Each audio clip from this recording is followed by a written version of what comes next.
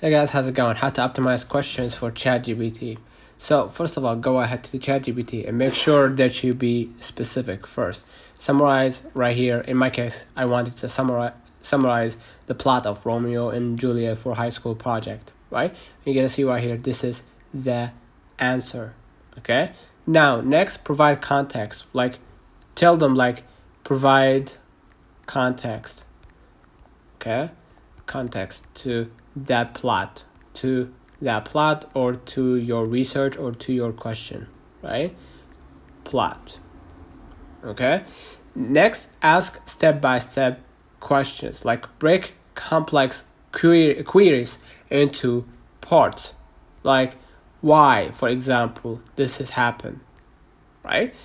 And then specify the style, request tone or length, okay?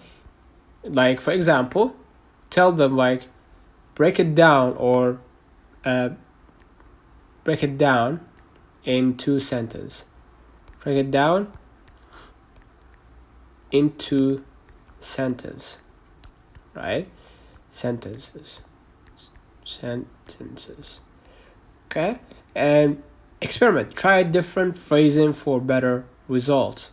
Like, list the pros and cons of that plot.